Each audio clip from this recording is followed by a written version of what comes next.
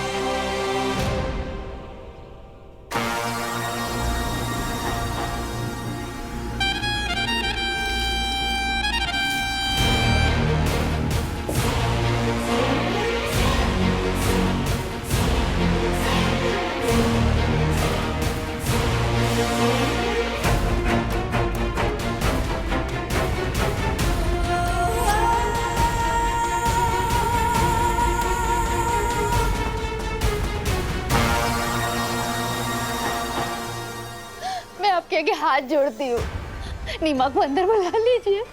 आपकी औलाद है वो। बाहर बाहर बहुत सारे लोग जमा हो गए और न जाने क्या क्या बातें कर रहे हैं। बुला लीजिए उसको।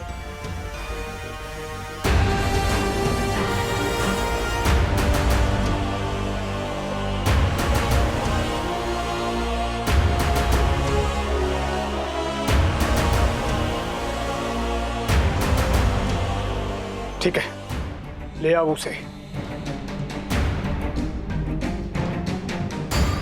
वैसे भी 24 घंटे का झंझट रह गया है। उस यीशु नाम की भला से छुटकारा मिल जाएगा मुझे।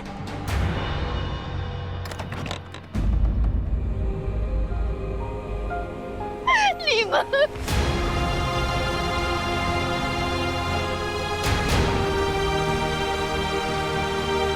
नीमा, तुम ठीक तो हो बेटा?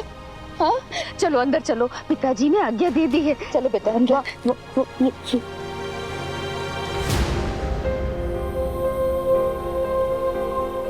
नीमा, नीमा,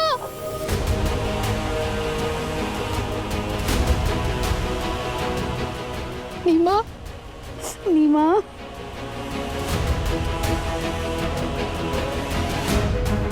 यीशु, बेटा तुम इसे छोड़ दो।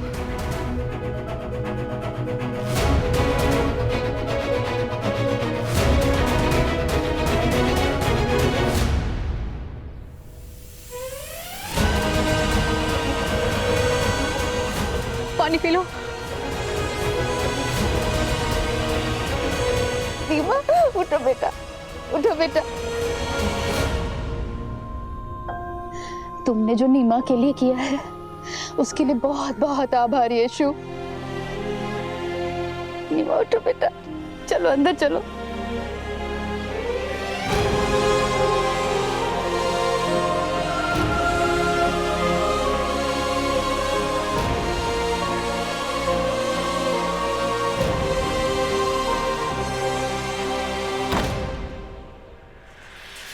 यीशु, यीशु,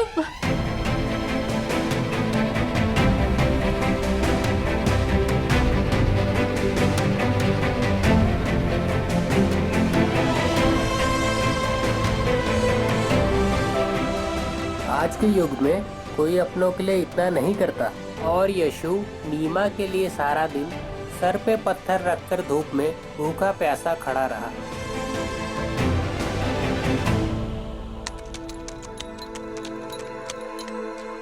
अगर आज रात भर यात्रा करते रहे तो कल रात तक नाजरत पहुंच जाएंगे। मुझे इस भविष्यवाणी वाली नौटंकी को जल्दी से जल्दी खत्म करना है ताकि मैं अपने राज्य की सेवा में जुट सकूं। अगर वो भविष्यवाणी वाली बात सच निकली तो? मुझे ना तो भविष्यवाणी में विश्वास है और ना इन अलौकिक बातों में। मुझे तो ये पता करना है कि यीशु ने मिस्र में जो किया उसके पीछे सूत्र क्या है। और जैसे ही मुझे वो सूत्र पता लगेगा, वो भविष्यवाणी वाली बात झूठी साबित हो जाएगी। सूत्र पता लगने के बाद भी अगर वो भविष्यवाणी वाली बात सही निकली तो? फिर मुझे यशु के लिए अफसोस होगा, क्योंकि अगर वो अच्छा बच्चा हुआ तो मुझे ईश्वर से माफी मांगकर उसके साथ वो करना पड़ेगा जो मैं नहीं करना चाहता। मेरे लिए देशभक्ति से बढ़कर और कुछ भी नहीं। खैर, सच और झूठ जो भी है कल रात तक पता चल ही जाएगा।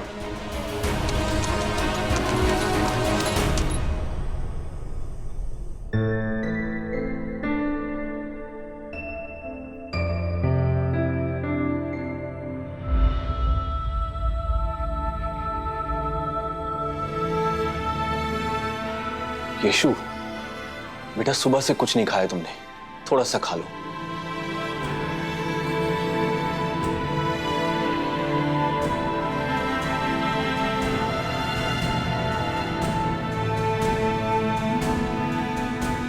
बेटा, नीमा अब ठीक है।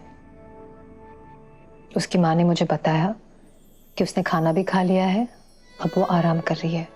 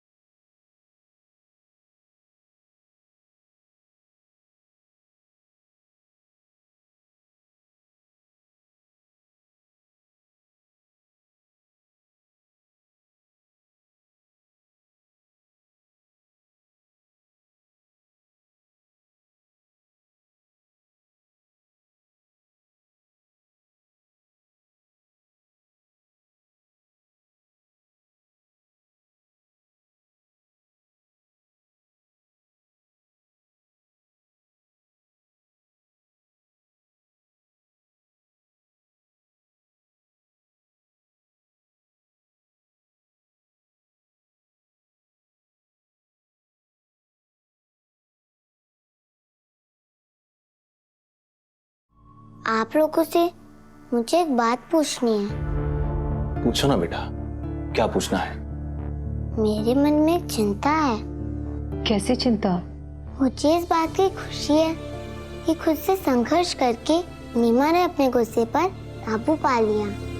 लेकिन क्या इतना करना काफी है जिससे परमपिता परमेश्वर अपना आशीर्वाद देकर उसकी आंखों की रोशनी वापस लौटा देंगे?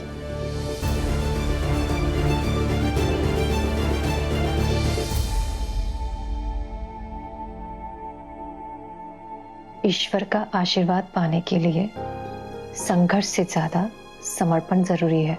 और नीमा को इस समर्पण भाव का एहसास दिलाने के लिए हमारे पास बस एक ही दिन बचे हैं।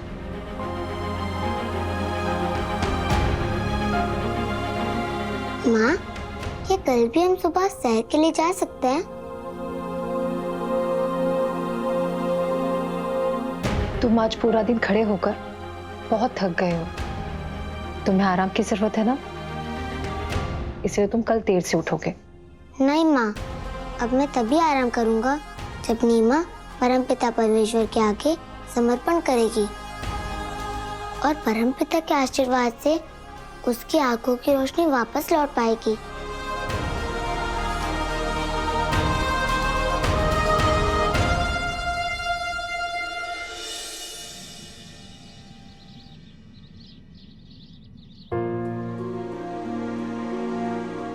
यशु,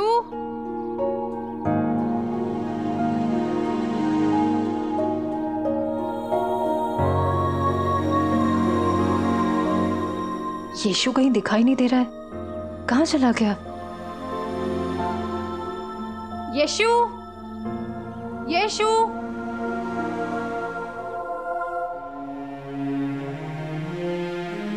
क्या आज नीमा भी हमारे साथ सैर पर चल सकती है माँ?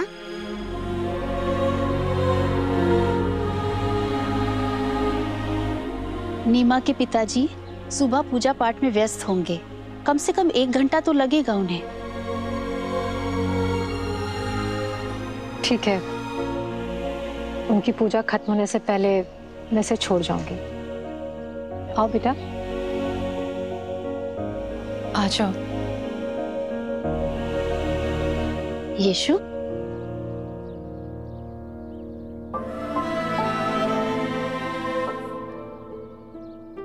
कल तुमसे बहुत कुछ कहना चाहती थी पर कह नहीं पाई।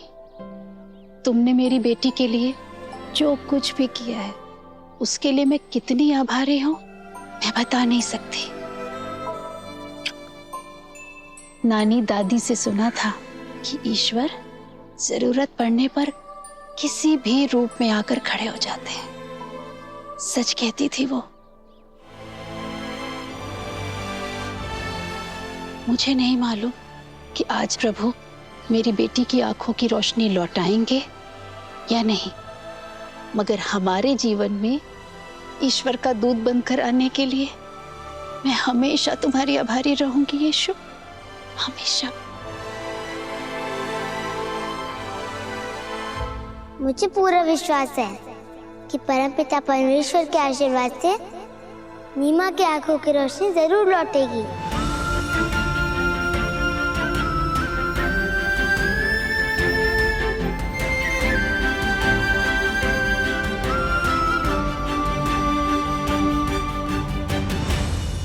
पता है नीमा, पिछली बार जब मैं माँ के साथ सैर पर गया था तब मैंने क्या देखा?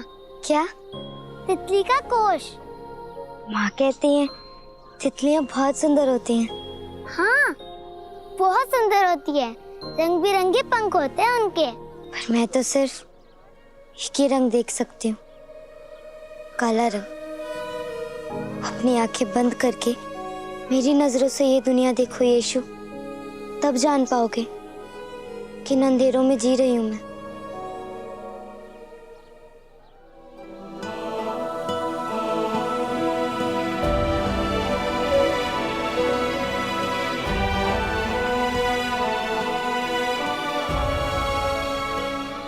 अब तुम अपनी आंखें बंद करके मेरी नजर से दुनिया को देखने की कोशिश करो। आओ, मैं अपनी आंखों से तुम्हें अलग अलग रंगों का एहसास करवाता हूँ।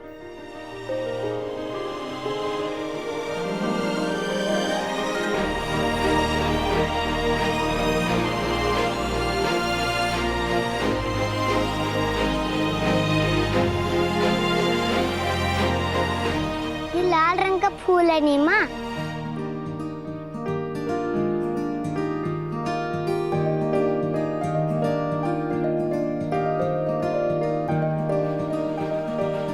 और ये गुलाबी है नीमा।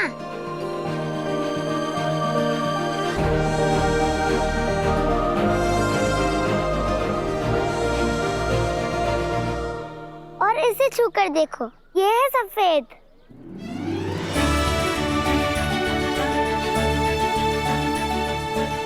देख तो नहीं पाई इन रंगों को, पर आज तुमने ये एहसास दिला दिया कि महसूस करने के लिए देखना जरूरी नहीं होता।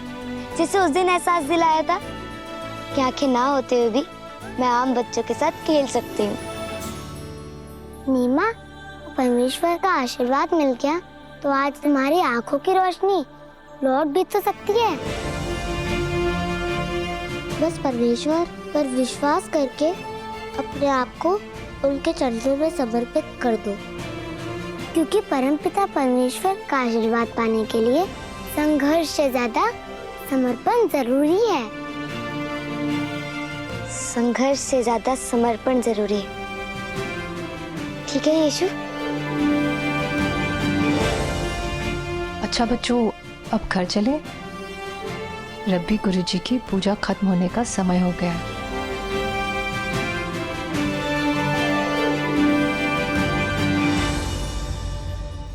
यदि तुम चाहो तो नीमा को घर ले जाने के लिए कुछ फूल इकट्ठा करके दे सकते हो।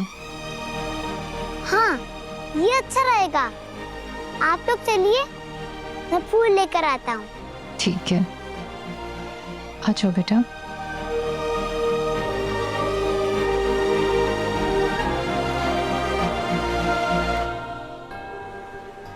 सौभाग्यशाली हूं मैं जो ईश्वर ने मुझे आप लोगों का संदेश उन तक पहुंचाने की जिम्मेदारी सौंपी है। अपना कुछ भी नहीं है, जो कुछ है ईश्वर का है। इसलिए डूब जाओ ईश्वर में, लीन कर दो खुद को ईश्वर में। नीमा अभी तक उठी कैसे नहीं? कहीं ऐसा तो नहीं कि फिर से माँ बेटी उस यीशु से मिलने चली गई हो? नीमा, जी चाची। यीशु के बाद से तुम्हारे चेहरे पर भरोसा नहीं बल्कि संदेह दिखाई दे रहा है। क्या चल रहा है तुम्हारे मन में? चाची, मेरी आंखों की रोशनी कभी वापस नहीं आ सकती। और अगर ईश्वर को मुझसे प्रेम होता तो वो मुझे अंधी क्यों बनाते? जी तो क्या? नहीं चाची, यीशु ने मेरे लिए बहुत कुछ किया है, लेकिन अब मुझे बुरा लग रहा है क्योंकि मेरी वजह से यीशु की उम्मीदों पर पानी फिर जाएगा। तुम ऐसा क्यों सोच रही हो? क्योंकि यही सच है चाची, यीशु ने मुझे गुस्से पर काबू करना सिखाया। अपने भीतर का सारा गुस्सा भूल जाओ नीमा, चाहे वो परमपिता परमेश्वर के लिए हो या फिर तुम्हारे पिताजी के लिए। मेरे साथ सारा दिन धूप में भूखा प्यासा खड़ा रहा, मेरे लिए गेंद बनाकर मुझे खेलने के लिए प्रोत्साहित किया। नीमा, गेंद पकड़ो।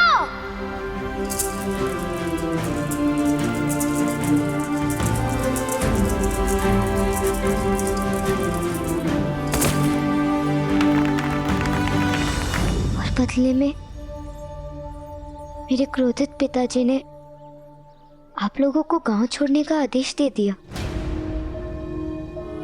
शायद यीशु मुझसे घृणा करने लगेगा, और सही भी है, मैं हूं ही घृणा के लायक। हो सके तो आप लोग मुझे माफ कर दीजिए चाची। हे ईश्वर, नीमा तो मान कर बैठी है कि उसकी आंखों का कुछ नहीं हो सकता। यीशु को पता चलेगा तो उसका दिल टूट जाएगा। ये लो नीमा।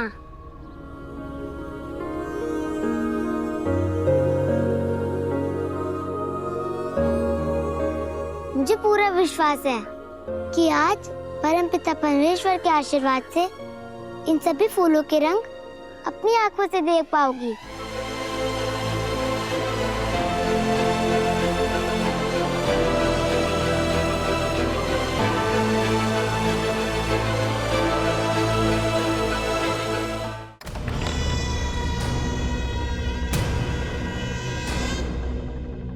मेरा शक सही निकला, दोनों माँ बेटी उस यीशु से ही मिलने गई हैं। नहीं बचेंगी, रब्बी गुरु के प्रकोप से दोनों नहीं बचेंगी। अब नीमा, नीमा कहाँ मर गई है?